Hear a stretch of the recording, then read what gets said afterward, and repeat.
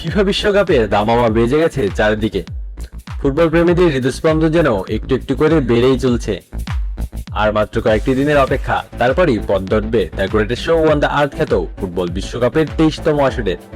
কে জিতবে শিরোপা, কারা উঠবে শেষ চারে, কোন তারকা আলো ছড়াবেন পুরো আসর জুড়ে, এমন হাজারো প্রশ্নে এখন সরগরম ফুটবল বিশ্ব। এই উত্তেজনার মাঝে নিজের বিশ্বকাপ ভবিষ্যৎবাণী জানালেন বাংলাদেশের তারকা মিডফিল্ডার হামজা দেওয়ান চৌধুরী।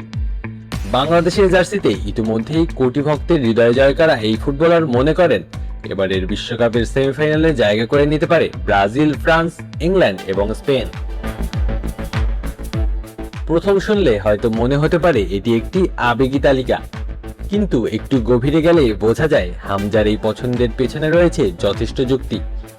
বর্তমান ফিফা র্যাঙ্কিং এর ফ্রান্স রয়েছে 1 নম্বরে, স্পেন 2 নম্বরে, ইংল্যান্ড রয়েছে 4 নম্বরে এবং ব্রাজিলের অবস্থান 6 নম্বরে।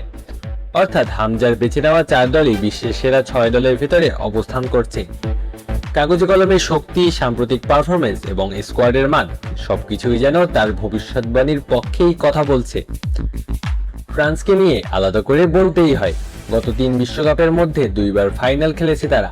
বিশ্ব চ্যাম্পিয়ন হওয়ার অভিজ্ঞতা যেমন রয়েছে, আবার ফাইনালের চাপ সামলানোর অভিজ্ঞতাও আছে। সবচেয়ে বড় বিষয়, তাদের মূল একাদশের পাশাপাশি বেঞ্চেও রয়েছে বিশ্বমানের ফুটবলার। তাই কোনো তারকা অনুপস্থিত থাকলেও দলটির শক্তি খুব একটা কমে না। 5+ স্টার রেটিং প্রাপ্ত দেশের সর্বোচ্চ বিদ্যুৎ সাশ্রয়ী ও eco friendly Walton AC. Walton air conditioner, smart comfort এখন নেক্সট লেভেলে। বর্তমান বিশ্বের 1 নম্বর দল হিসেবে শেষ চারে তাদের দেখার প্রত্যাশা মোটেও অবাস্তব নয়। অন্যদিকে স্পেন যেন নতুন এক স্বর্ণযুগের স্বপ্ন দেখছে। ইউরোপিয়ান চ্যাম্পিয়নশিপ জয়ের পর আত্মবিশ্বাসের টইটম্বুর লা রোজারা। তরুণ প্রতিভা, দ্রুতগতির পাসিং ফুটবল এবং ম্যাচের নিয়ন্ত্রণ নিজেদের হাতে রাখার অসাধারণ সক্ষমতা স্পেনকে যে কোনো প্রতিপক্ষের জন্য ভয়ঙ্কর করে তুলেছে।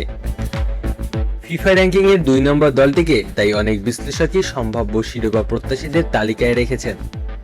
ইংল্যান্ডের গল্পটাও বেশ চমৎকার। একসময় বড় টুর্নামেন্টে ব্যর্থতার প্রতীক হয়ে ওঠা দলটি এখন নিয়মিতভাবেই সেমিফাইনাল ও ফাইনালের মঞ্চে পৌঁছাচ্ছে। Jude Bellingham, Declan Rice, Harry কেইনদের মতো তারকাদের নিয়ে গড়া স্কোয়াডে আছে অভিজ্ঞতা, আছে তারুণ্যের উচ্ছ্বাস।